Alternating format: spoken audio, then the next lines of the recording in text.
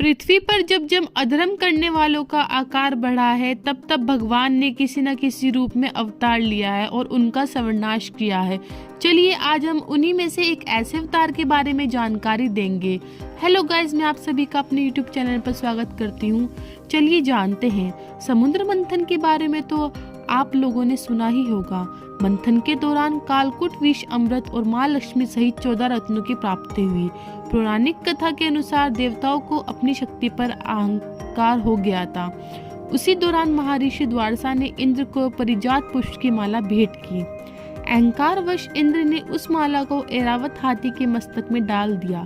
यह देखकर ऋषि को क्रोध आया और देवताओं को श्रीहीन होने का श्राप दे दिया।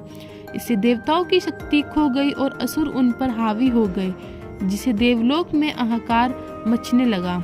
देवताओं की सुख समृद्धि खत्म होने लगी और श्राप के प्रभाव से लक्ष्मी सागर में लुप्त हो गई। तब इंद्र ब्रह्मा जी के मार्गदर्शन से विष्णु भगवान की शरण में पहुंचे।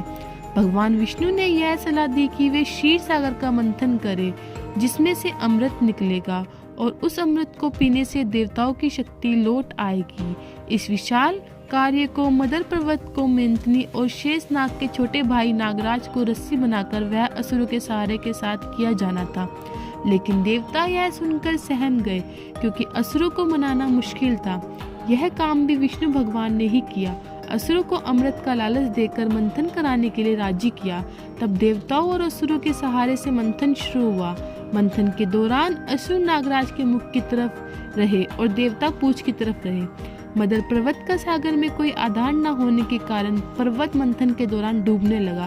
तब विष्णु भगवान ने कुर्म अवतार लिया और एक विशाल कछुए के रूप में अपनी पीठ पर पहाड़ को उठा सके। उनकी पीठ का व्यास 1 लाख योजन था। तब कहीं जाकर मंथन दोबारा शुरू हुआ और अमृत कलश की प्राप्ति हुई और देवताओं द्वारा उसको पीकर दोबारा अपनी शक्ति मिल सकी। विष्णु भगवान ने असुरों का विनाश करने के लिए कुर्म का अवतार लिया और कुर्म अवतार भगवान विष्णु का एक मुख्य अवतार माना जाता है।